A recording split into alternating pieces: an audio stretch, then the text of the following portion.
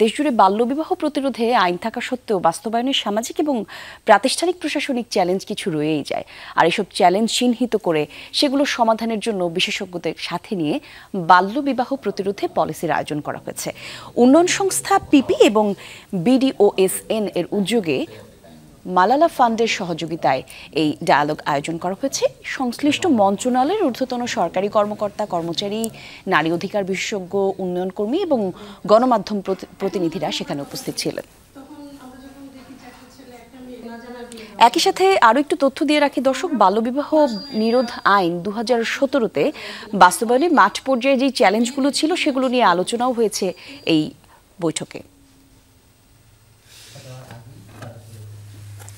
আর এই অনুষ্ঠানের আয়োজন করেছেন উন্নয়ন সংস্থা পপি এবং BDOSN। যেমনটা জানাচ্ছিলাম, একটা হটলাইন নাম্বারও একবার জোগাড় করা হয়েছিল, যেই নাম্বারে ফোন করলে সরাসরি হয়তো সেলিব্রিটি কিন্তু দাঁড়িয়ে যাচ্ছে। সেক্ষেত্রে আপনারা যদি ভলান্টিয়ারদের একটা দল থাকে যে এলাকার জন্য, সব জায়গার জন্য কিন্তু দরকার হবে না, যেসব জায়গায় এরকম বেশি প্রবণতা সেখানে আপনি গোপন একটা দল তৈরি করেন, যে তারা খালি খবরটা দিবে যে এখানে এটা কথাটা